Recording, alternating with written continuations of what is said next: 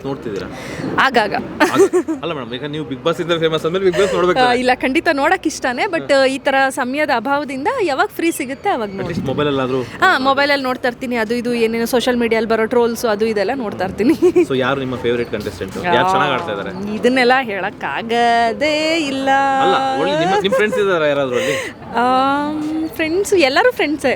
ಎಲ್ಲರೂ ಫ್ರೆಂಡ್ಸ್ ಅಲ್ಲ, ಅಟ್ಲೀಸ್ಟ್ ಅಂದ್ರೆ ಯಾಕಂದ್ರೆ ಎಲ್ಲಾದ್ರೂ ಮಾತಾಡಿರ್ತೀವಿ, ಸಿಕ್ಕಿರ್ತಾರೆ. ಯೂಶಲಿ ಅಂದ್ರೆ ರಕ್ಷಿತಾ ಅವರೆಲ್ಲ ಗೊತ್ತಿಲ್ಲ, ಬಟ್ ಕೆಲವೊಂದು ಆಕ್ಟರ್ಸ್ ಎಲ್ಲ ಗೊತ್ತಿರ. ನನ್ನ ಫೇವರೇಟ್ ಹೇಳೋದಿಲ್ವಾ? ಎಲ್ಲರೂ ಫೇವರೇಟ್, ಎಲ್ಲರೂ ಫೇವರೇಟ್. ಓಕೆ, ನಿಮ್ಮ ಫೇವರೇಟ್ ಬೇಡ, ಆಡಿಯನ್ಸ್ ಪ್ರಕಾರ ಯಾರು ಚೆನ್ನಾಗಿ ಆಡ್ತಾ ಇದ್ದಾರೆ ಅಂತ ಅನ್ಸುತ್ತೆ? ಆಡಿಯನ್ಸ್ ಪ್ರಕಾರ ಅನ್ನೋದಕ್ಕಿಂತ ಸೋಷಿಯಲ್ ಮೀಡಿಯಾ ಪ್ರಕಾರ ಅಂತೀನಿ. ಯಾರನ್ನ ಜಾಸ್ತಿ ನೋಡಿದ್ದೀನಿ ಅಂಥವ್ರದ್ದು ಹೇಳ್ತೀನಿ. ಸೀರಿಯಸ್ ಆಗಿ ನಾನು 3 ಜನ ಜಾಸ್ತಿ ನೋಡಿರೋದು: ಗಿಲ್ಲಿ, ಅಶ್ವಿನಿ, ರಕ್ಷಿತಾ. ಆಯ್ತಾ, ಈ 3 ಜನ ತುಂಬಾ ನೋಡ್ಬಿಟ್ಟಿದ್ದೀನಿ. ಯಾವಾಗ್ಲೂ ಎಲ್ಲ ಕಡೆ ಅವರೇ ಕಾಣಿಸ್ತಾರೆ. ಅವರೇ ಮೊಬೈಲ್ ಓಪನ್ ಮಾಡಿದ್ರೆ ಅವರೇ ಬರ್ತಾರೆ. 3 ಜನ ಬರ್ತಾರೆ. ಎಲ್ಲ ಇನ್ಸ್ಟ್ರಕ್ಷನ್ ಕೊಡ್ತಾ ಇದ್ದಾರೆ, ಇಂಥದ್ದು ಹೇಳ್ಬೇಕು, ಇಲ್ಲ ಇರೋ ವಿಷಯ ನಾನು ನೋಡಿರೋದು ಗೆಲ್ಬಹುದು, ಗೆಲ್ತಾರೆ ಹೇಳ್ತಿಲ್ಲ. ಇಲ್ಲ, ನಂಗೆ ಗೊತ್ತಿಲ್ಲ, ಅದನ್ನ ಹೇಳಕ್ಕಾಗಲ್ಲ. ಯಾಕಂದ್ರೆ ಒಂದು 80 ದಿನದವರೆಗೂ ಬೇರೆ ತರ ಇರುತ್ತೆ. ಕೊನೆ ಲಾಸ್ಟ್ ವೀಕ್ಸ್ ಆಕ್ಚುಲಿ ಏನ್ ಬೇಕಾದ್ರೂ ಚೇಂಜಸ್ ಆಗ್ಬೋದು, ಹೇಳಕ್ಕಾಗಲ್ಲ.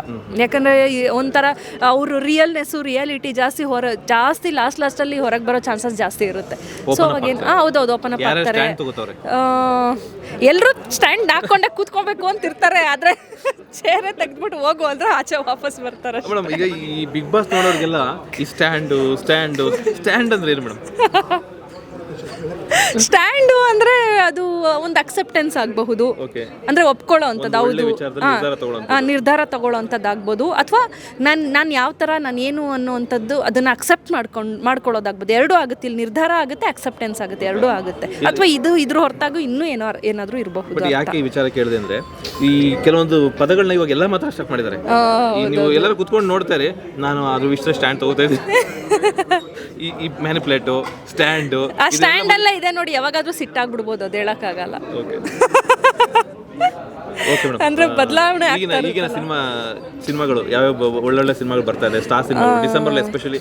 ಈಗ ನೀವು ಒಂದು ಸಿನಿಮಾ ಸ್ಟಾರ್ಟ್ ಮಾಡ್ತಾ ಇದ್ದೀರಾ, ಡಿಸೆಂಬರ್ ಒಳ್ಳೆ ಸಿನಿಮಾಗಳು ಬರ್ತಾ ಇದೆ. ನೋಡಿದ್ರಾ ಯಾವ್ದಾದ್ರು, ಅಥವಾ ಯಾವ್ದು ನೋಡಕ್?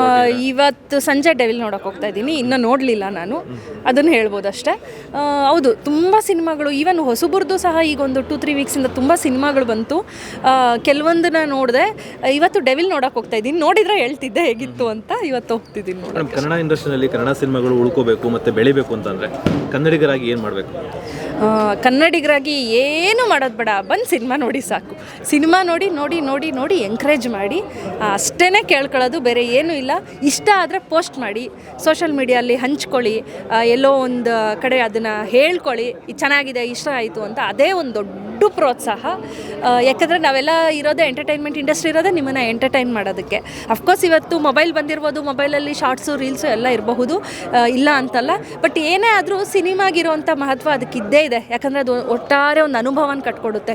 ಒಂದು ಕಡೆ ಹೋಗಿ ಕೂತ್ಕೊಂಡ್ರೆ ಒಂದು ಥಿಯೇಟ್ರಲ್ಲಿ ಆ 2 ಅವರ್ 3 ಅವರ್ ಏನಿರುತ್ತೆ, ಅದು ನಮ್ಮನ್ನೇ ಮರೆಸೋ ಅಂಥ ಅನುಭವ. ಅದು ಪ್ರತಿ ವ್ಯಕ್ತಿಗೂ ಬೇಕೇ ಬೇಕು. ನೀವು ಮೊಬೈಲಲ್ಲಿ ರೀಲ್ಸ್ ನೋಡ್ತಿರಲ್ಲ, 10 ಸೆಕೆಂಡು 30 ಸೆಕೆಂಡು, ಅದು ನಿಮ್ಮನ್ನ ಒಂದು ವ್ಯಕ್ತಿತ್ವನ ಒಂದು ಇಂಪ್ರೂವ್ ಮಾಡೋದ್ರಲ್ಲಿ ಅದೆಷ್ಟು ಮಟ್ಟಿಗೆ ಅದು ಕೊಡುಗೆ ಕೊಡುತ್ತೆ ನಂಗೆ ಗೊತ್ತಿಲ್ಲ. ಯಾಕಂದರೆ ಸುಮ್ಮನೆ ಅದು ಇಲ್ಲಿ ನೋಡ್ತೀರಾ ಅಲ್ಲೇ ಮರ್ತೋಗ್ತೀರಾ, ಆದರೆ ಒಂದು ಸಿನಿಮಾ ಅನ್ನೋದು ಒಂದು ದೊಡ್ಡ ಅನುಭವ. ಅಲ್ಲೋಗಿ ಒಂದು ಥಿಯೇಟ್ರಲ್ಲಿ ಕೂತ್ಕೊಂಡ್ರೆ ಆ ಇಡೀ ಕಥೆನ ನೋಡಿ ಆ ಹೊರಗಡೆ ಬರ್ತಿರಲ್ಲ, ಆ ಫೀಲೇ ಬೇರೆ. ಸೊ ಸಿನಿಮಾಗಳನ್ನ ನೋಡಿ ಬೆಳೆಸಿ ಅಂತ ಕೇಳ್ಕೊತೀನಿ. ಬಟ್ ಕೆಲವೊಂದು, ಯಾಕೆಂದ್ರೆ ನಾನು ಇವಾಗ ಈಗ ಪ್ರೆಸೆಂಟ್ ಅಲ್ಲಿ ಸಿಚುವೇಶನ್ ಆಗ್ತಿದೆ ಅಂದ್ರೆ, ಒಬ್ಬ ಸ್ಟಾರ್ ನಟನ ಸಿನಿಮಾನ ಸೋಲಿಸಬೇಕು ಅಂತ ಇನ್ನೊಂದಿಷ್ಟು ಟ್ರೋಲ್ಗಳು ಮಾಡೋದು, ಇದನ್ನೆಲ್ಲ ನೋಡ್ತಾ ಇದ್ದೀವಿ. ಡೆವಿಲ್ ಸಿನಿಮಾನೇ ಆಗ್ಬೋದು, ಯಾವುದೇ ಸಿನಿಮಾ ಆಗಲಿ. ಸೊ ಇಂಥವ್ರಿಗೆ ಏನು ಹೇಳಕ್ಕೆ ಇಷ್ಟಪಡ್ತೀನಿ. ಯಾಕಂದ್ರೆ ಏನಾಗುತ್ತೆ ಅಂದ್ರೆ, ನಾನು ಕೆಲವೊಂದು ವಿಡಿಯೋಗಳನ್ನ ಮಾಡಿದ್ದೀನಿ, ಒಬ್ಬ ಸ್ಟಾರ್ನ ಸೋಲಿಸಬೇಕು ಅಂತ ಇನ್ನೊಂದಿಷ್ಟು ಅಭಿಮಾನಿಗಳು ಎಚ್ಚೆತ್ಕೊಳ್ಳೋದು. ಸೊ ನಮ್ಮಲ್ಲೇ ಇದು ಮಾಡಿ ಬೇರೆಯವ್ರು ಬಂದು ಕೂತ್ಕೋತಾವ್ರೆ. ನಮ್ಮ ಸಿನಿಮಾಗಳನ್ನ ಎತ್ತಾಕ್ಸೋದು, ಬೇರೆ ಕನ್ನಡ ಭಾಷೆ ಸಿನಿಮಾಗಳು ಬಂದಿದೆ. ನೀವು ಇಲ್ಲಿ ಕರ್ನಾಟಕದಲ್ಲಿ ಬೇರೆ ಭಾಷೆ ಸಿನಿಮಾಗಳೇ ಚೆನ್ನಾಗಿ ಓಡುತ್ತೆ ಎಷ್ಟೋ ಸತಿ. ಅದು ನಿಜವಾಗ್ಲೂ ತುಂಬ ಬೇಜಾರಾಗುತ್ತೆ. ಅಲ್ಲ, ಒಂದು ಕಲಾವಿದರಾಗಿ ಯಾವುದೇ ಭಾಷೆ ಸಿನಿಮಾ ಆಗಲಿ, ಸಿನಿಮಾನೇ ಆಯಿತಾ, ಕಲೆಗೆ ಭಾಷೆ ಇಲ್ಲ. ಆದರೆ ಅದಕ್ಕೂ ಹೊರತಾಗಿ ನಾವೆಲ್ಲ ಕನ್ನಡಿಗರು, ನಮ್ಮ ಕಲಾವಿದರು, ನಮ್ಮ ಸಿನಿಮಾ ಅನ್ನೋ ಅಭಿಮಾನ ಇರಲೇಬೇಕಾಗುತ್ತೆ. ಯಾಕಂದರೆ ನಮ್ಮ ಒಂದು ಏನು ಕಲ್ಚರ್ ಇರುತ್ತೆ, ಆ ಕಲ್ಚರ್ನ ಉಳಿಸೋದ್ರಲ್ಲಿ ಸಿನಿಮಾಗಳು ಕೂಡ ತುಂಬ ದೊಡ್ಡ ಪಾತ್ರ ವಹಿಸುತ್ತೆ. ಇದೇ ಒಂದು 20-30 ವರ್ಷದ ಹಿಂದೆ ಇರೋ ಸಿನಿಮಾ ನೋಡಿದಾಗ ನಿಮ್ಮ ಕರ್ನಾಟಕ ಹೇಗಿತ್ತಾಗ, ಆಗಿನ ಕಲ್ಚರ್ ಹೇಗಿತ್ತು, ಆಗಿನ ಜನ ಹೇಗಿತ್ತು, ಮನಸ್ಥಿತಿ ಹೇಗಿತ್ತು ಅಂತ ಗೊತ್ತಾಗುತ್ತೆ. ಸೊ ನಮ್ಮ ಒಂದು ಕಲ್ಚರ್ನ ಉಳಿಸೋದು ಬೆಳೆಸೋದ್ರಲ್ಲಿ ಸಿನಿಮಾ ತುಂಬ ದೊಡ್ಡ ಪಾತ್ರ ವಹಿಸುತ್ತೆ. ಹಾಗಾಗಿ ಕನ್ನಡ ಕಲ್ಚರ್ ಉಳಿಸ್ಬೇಕು ಅಂದರೆ ಕನ್ನಡ ಸಿನಿಮಾಗಳನ್ನ ನೀವು ನೋಡಲೇಬೇಕು. ಬೇರೆ ಭಾಷೆ ಕಲ್ಚರ್ನ ಬೆಳೆಸಬೇಕು ಉಳಿಸ್ಬೇಕು ಅನ್ನೋ ಮನಸ್ಸಿದ್ರೆ ಅದನ್ನ ನೋಡಿ. ಆದರೆ ಒಂದು ಸಿನಿಮಾ ಪ್ರೇಮಿಯಾಗಿ ಯಾವ ಭಾಷೆ ಆದರೂ ನೋಡಿ, ನಂದೇನು ಅಭ್ಯಂತರ ಇಲ್ಲ. ಆದರೆ ಕನ್ನಡ ಸಿನಿಮಾಗಳನ್ನ ಜಾಸ್ತಿ ನೋಡಿ. ಅಲ್ಲ, ಈಗ ಟ್ರೋಲ್ ಮಾಡೋರ್ಗೆ ಏನು ಹೇಳ್ತೀರಾ ಅಂತ ಬೈತೀರಾ ಅಥವಾ ಕಿವಿ ಮಾತು ಹೇಳ್ತೀರಾ? ಇಲ್ಲ, ಟ್ರೋಲ್ ಮಾಡೋರ್ಗೆ ಏನು ಹೇಳ್ತೀನಿ ಅಂದರೆ, ನಿಮ್ಮ ಫ್ಯಾನಿಸಮ್ಮು, ನಿಮ್ಮ ಖುಷಿ ಏನಿದೆ ನೀವು ಪಟ್ಕೊಳ್ಳಿ, ಅದರಲ್ಲಿ ಏನು ಬೇಜಾರಿಲ್ಲ. ನಿಮ್ಗೆ ಯಾರು ಇಷ್ಟನೋ ಅವ್ರನ್ನ ಖುಷಿ ಪಟ್ಕೊಳ್ಳಿ. ಇನ್ನೊಬ್ಬರನ್ನ ಕೆಟ್ಟದಾಗಿ ಟ್ರೋಲ್ ಮಾಡಿ ಇನ್ನೊಬ್ಬರನ್ನ ತೆಗಳ್ಬೇಡಿ. ಬೇಕಾದ್ರೆ ನಿಮ್ಗೆ ಯಾರು ಇಷ್ಟ ಅವ್ರನ್ನ ಹೈಲೈಟ್ ಮಾಡಿ, ಅವ್ರ ಪ್ಲಸ್ ಪಾಯಿಂಟ್ಸ್ ಹೈಲೈಟ್ ಮಾಡಿ, ಅದು ಅವ್ರ ಬಗ್ಗೆ ಪಾಸಿಟಿವ್ ಆಗಿ ಎಷ್ಟಾದರೂ ಏನಾದರೂ ಮಾಡಿ. ಇನ್ನೊಬ್ಬರನ್ನ ಕೆಳಗಿಳಿಸಿ ಮತ್ತೆ ನಾವು ಬೆಳೆಯೋವಂಥದ್ದೇನಿದೆ ಅಲ್ವಾ, ಅದು ನಿಜವಾದ ಬೆಳವಣಿಗೆನೂ ಅಲ್ಲ. ಅದು ಯಾವುದೇ ನಟರಿಗಾಗಬಹುದು ಅಥವಾ ಯಾರಿಗೆ ಯಾವುದೇ ವ್ಯಕ್ತಿಗಾಗ್ಬೋದು. ಇನ್ನೊಬ್ರನ್ನೂ ಬೆಳೆಸೋಣ, ನಾವು ಬೆಳೆಸೋಣ ಅನ್ನೋ ಮನಸ್ಥಿತಿ ಇದ್ದರೆ ಎಲ್ಲರೂ ಬೆಳೀತಾರೆ. ಯಾಕಂದರೆ ಇವತ್ತು ಒಂದು ಒಳ್ಳೆ ಸಿನಿಮಾ ನೋಡಿದ್ರೆ ಆಡಿಯನ್ಸ್ಗೆ ನಾನು ಈ ಹೀರೋ ಸಿನಿಮಾ ನೋಡಿದೆ, ಆ ಹೀರೋ ಸಿನಿಮಾ ನೋಡಿದೆ ಅನ್ನೋ ತಲೆಗೆ ಬರಲ್ಲ. ಸಖತ್ತಾಗಿತ್ತಪ್ಪ ಸಿನಿಮಾ ಅನ್ನೋ ಮೋಟಿವೇಶನಿಂದ ನೆಕ್ಸ್ಟ್ ಇನ್ಯಾವುದೋ ಒಳ್ಳೆ ಸಿನಿಮಾ ಬಂದರೆ ನೋಡೋಕ್ಕೆ ಹೋಗ್ತಾರೆ. ಒಂದು ಒಳ್ಳೆ ಸಿನಿಮಾ ನಿಜವಾಗ್ಲೂ ಆ ಒಂದು ಇದು ಎನರ್ಜಿನ ತಂದ್ಕೊಡ್ತೀವಿ. ನಾವೇ ಆಗಲಿ ಒಂದು ಒಳ್ಳೆ ಸಖತ್ತಾಗಿರೋ ಸಿನಿಮಾ ನೋಡಿದ್ರೆ ನೆಕ್ಸ್ಟ್ ವೀಕು ಅಥವಾ ನೆಕ್ಸ್ಟ್ ಮಂತು ಈ ಸಿನಿಮಾನು ನೋಡೋಕೆ ಹೋಗೋಣ ಅಂತ ಅನ್ಸುತ್ತಲ್ವಾ. ಸೊ ಅದು ಯಾವುದೇ ನಟರದಾಗಲಿ ಅದಕ್ಕೆ ಎಂಕರೇಜ್ ಮಾಡಿ. ಸಿನಿಮಾ ಗೆದ್ರೆ ನಾಳೆ ನಿಮ್ಮ ಇನ್ನೊಂದು ಸಿನಿಮಾ ಬರುತ್ತೆ, ನಿಮ್ಮ ಯಾರು ನೆಚ್ಚಿನ ನಟ ಯಾರು ಇರ್ತಾರೆ ಆ ಸಿನಿಮಾಗೂ ಜನರು ಬರ್ತಾರೆ ನೋಡೋಕ್ಕೆ. ಒಳ್ಳೆದಾಗಲಿ ಮೇಡಮ್, ಆಲ್ ದ ಬೆಸ್ಟ್ ನಿಮ್ಮ ಸಿನಿಮಾಗೆ. ಕುಡುಕ್ ನನ್ನ ಮಕ್ಕಳನ್ನ ದಾರಿ ತತ್ತಿರೋ ಅಥವಾ ಕುಡುಕ್ ನನ್ನ ಮಕ್ಕಳು ಮಾಡ್ತಿರೋ ಏನೋ ಒಂದು ಮಾಡಿ ಸಿನಿಮಾದಲ್ಲಿ ಗೊತ್ತಾಗುತ್ತೆ.